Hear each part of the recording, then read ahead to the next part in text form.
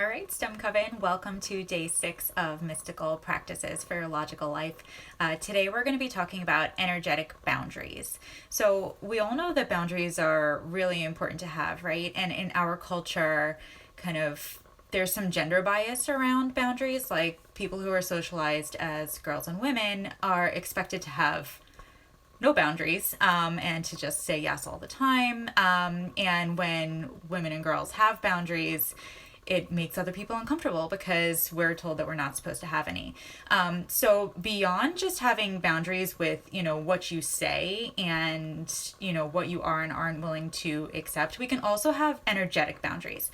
So yesterday we created energy with our bodies, and today I'm going to teach you a little bit about how to create energy boundaries for yourself.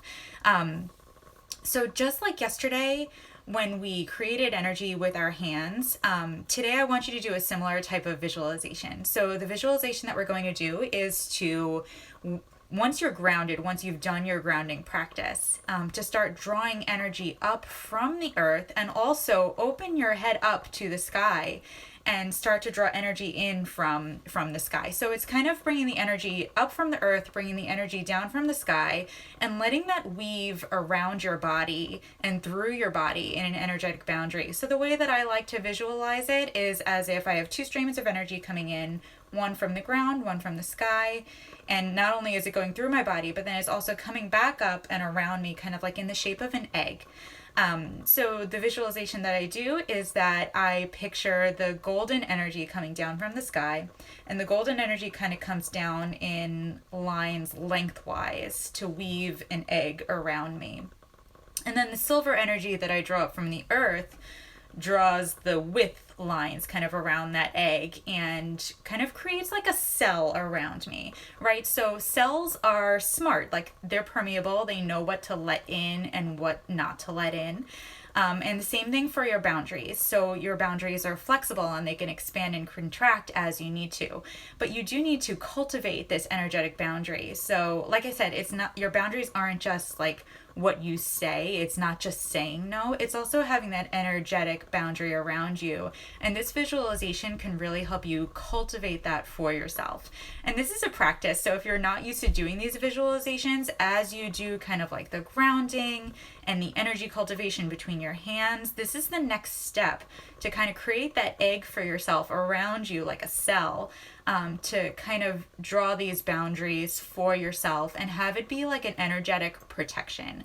And this is part of our energy body hygiene. I do want to acknowledge my teacher on this, Christina Pratt. She is an excellent energy body teacher. And having these boundaries and learning to work with our boundaries can just help us feel even more strong and confident and grounded in our day-to-day. And one of the ways that our boundaries can show up is kind of like, you want to be able to use your flexible boundaries. Like when you're in nature, this one, it's nice to let your boundaries be big and like you can feel like you can breathe and really expand. And then maybe if you're in a city or like, in a place where people are close together, you want to bring your boundaries closer into you and let that be kind of more of a protective shell around you.